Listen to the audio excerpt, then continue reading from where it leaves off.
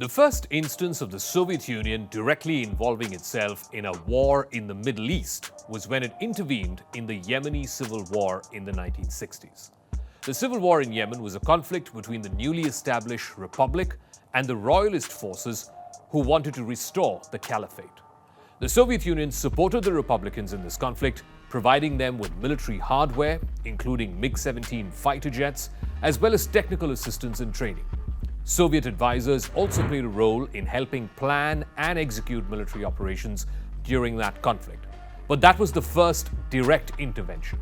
Indirectly, the Soviet Union has played a key role in supporting the Arab countries during the Arab-Israeli wars. It started with the 1948 Arab-Israeli conflict, then the 1956 Suez Canal crisis, and then, of course, the infamous Six-Day War that happened in 1967.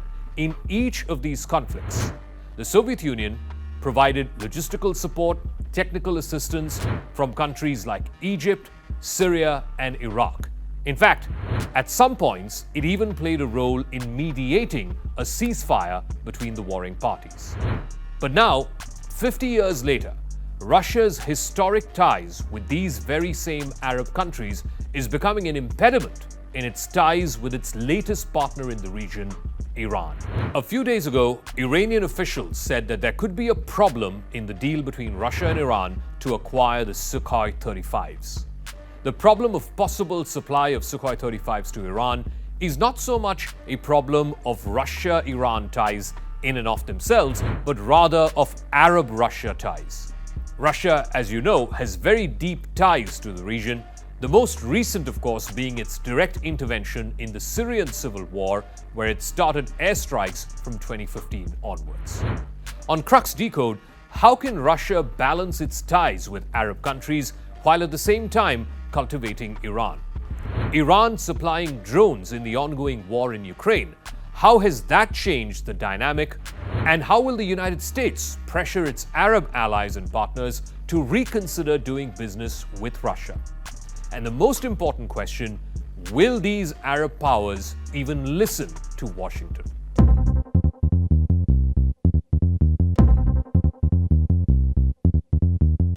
Tehran had abandoned the acquisition of the Russian-made Sukhoi 30s. In its place, it chose to purchase 24 Sukhoi 35 Flanker-E fighter jets. It is said that they will be from the lot that was initially prepared for Egypt. However, the deal between Moscow and Cairo fell through under American pressure.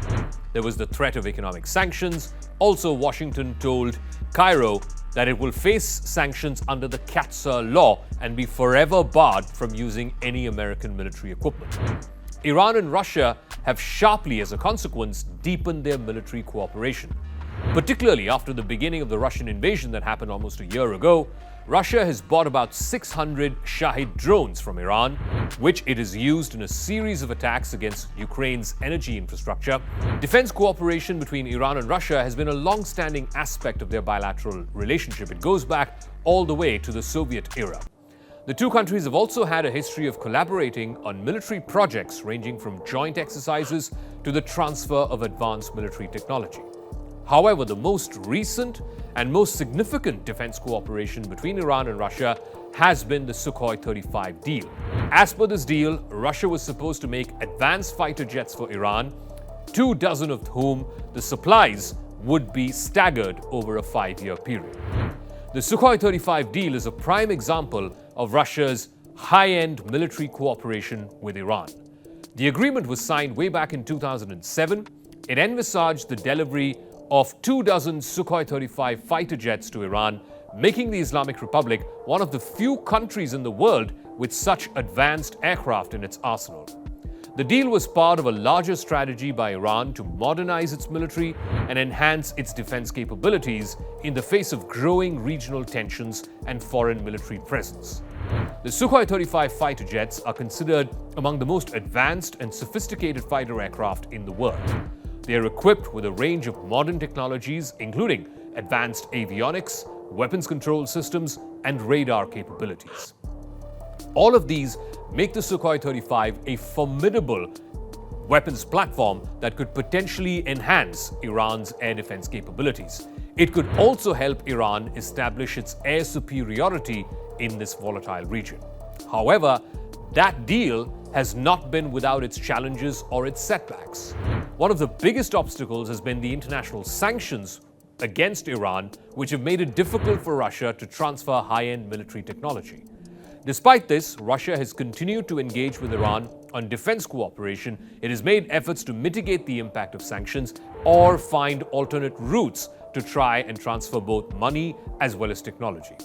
The most significant set of hurdles to this deal have come from the United States. The US government was concerned about the sale of such advanced military technology, not just to Iran, but even earlier to Egypt. It raised objections to the sale of these Sukhois, first to Cairo and then subsequently to Tehran. There were concerns over regional stability, as a result of which the sale of the Sukhoi 35s, which was initially meant for Egypt, was scuttled and the deal was ultimately cancelled. It was a significant blow to Egypt's military modernization efforts, and it left the country in need of an alternate solution. Eventually, it was France that stepped in. France supplied fighter jets to Egypt in 2015 when the French government signed a deal to sell Dassault Rafale fighter jets to Egypt. It was seen as a significant win for France and the French defense industry, and it marked a major milestone in defense cooperation between Paris and Cairo. The Rafale fighter jets have since been incorporated into the Egyptian Air Force. They are now considered among the most advanced aircraft in the Middle East. Russia, as a consequence, was forced to look for alternate partners, but now it's not just an alternate client that it needs, it may even be forced to develop a new batch of Sukhoi 35s after the rejection of the so-called Egyptian batch. The reason is Iran's pilots have no experience in flying this kind of advanced fifth-generation aircraft, unlike their Russian or even Ukrainian counterparts for that matter. For this very reason, Russia may have to develop a twin-seater Sukhoi 35, as that is the preferred flying method for most Iranian fighter pilots. Moscow is set to be expecting another delivery of drones from Iran over the next few days. At the same time, Moscow and Tehran are about to start joint production of the Shahid drones on Russian territory. In fact, the site for a future plant has already been identified, and it will be based around the city of Yelabuga. Although there is a delivery date for the Sukhoi 35s, the batch that is meant for Iran, it is not yet clear whether at the very last minute obstacles could possibly arise that will force Tehran to look for another supplier.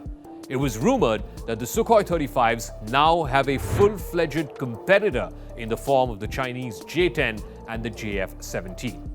All said and done, the Ukraine war and its changing dynamics have forced Russia and Iran to cooperate more, not just in the form of drones, but now also in the form of advanced fighter aircraft. It is changing equations in the Middle East, and it's going to have a long-lasting impact on ties even beyond that region.